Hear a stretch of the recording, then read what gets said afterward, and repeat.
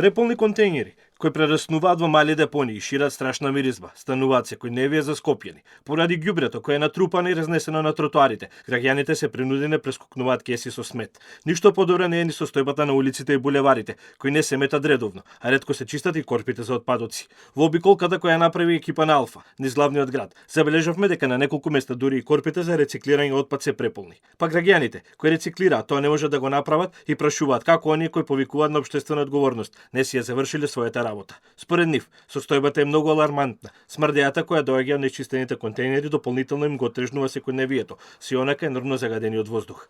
Апелираат до градската управа да биде поажурна, но и бараат компаниите кои ги поставуваат кантите за рециклирање на отпад да ги празнат редовно. Дали се редовно чистат? Абе какво чистење тоа? Тие што се таму не се чисти, по контејнери ти чистат. Не, полно пати видено и покрај нив еден куп фрлено, значи не е чистено. Не, не се чиста. Не е баш чисто да ви кажем. Еве препуни е тој таму континери има натака пуно. Не ги чистат баш.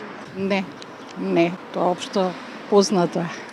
За експертите проблемот е децениски. Сметаат дека се потребни темелни системски решенија меѓуинституционална соработка. Проблемот го адресираат во град Скопје, кој нема обезбедено оптимални услови за работа на надлежните предпријатија. Градот Скопје, кој што е надлежен за јавните комунални предпријатија, се уште ги нема доекипирано, значи тие немаат воведено системи за контрола, за евиденција колку отпад влегува, каде се носи, значи немаат ништо, немаат ваги. Значи едноставно немаат систем со кој што они може да знаат каде оди тој отпад, што се прави со него и така натака. Сликата со преполни контејнери во разни делови на Скопје често се повторува, но главната борба е како главниот град да воспостави добар систем за управување со отпад, кој треба да даде решение за диви депонии во густо населените подрачја.